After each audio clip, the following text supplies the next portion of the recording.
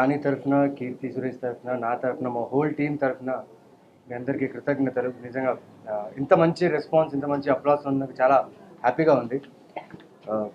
ముందుగా రాజు గారికి చాలా చాలా థ్యాంక్స్ చెప్పాలి. ఎందుకంటే సినిమా రిలీజ్ అయ్యి ఫస్ట్ షో కంప్లీట్ అయిందండి.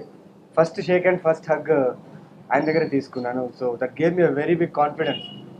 చలో ఇక్కడి నుంచి కెరియర్ చాలా బాగుంటుంది అని ఒక నమ్మకం కలిగింది. And sir thank you very much sir. And Shirish గారు, ఎస్ ప్రసన్న చెప్పినట్టు నాకు కొంచెం టైం పడింది శిరీష్ గారి దగ్గర మాట్లాడడం లేకపోతే కలవడం. బట్ రీసెంట్గా I spend very good time with him. Sir నాకు నా college days గుర్తొచ్చేసాయి.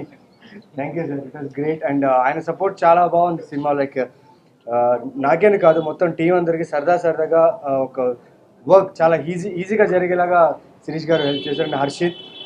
And first of all I want to thank Bekkam Venugopal గారు.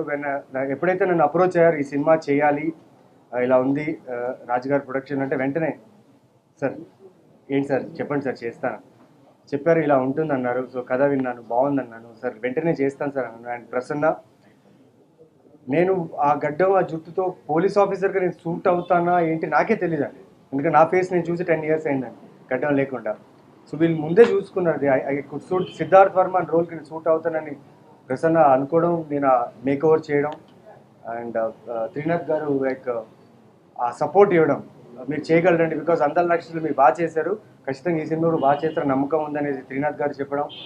And the beautiful person who made us look very beautiful Nisar.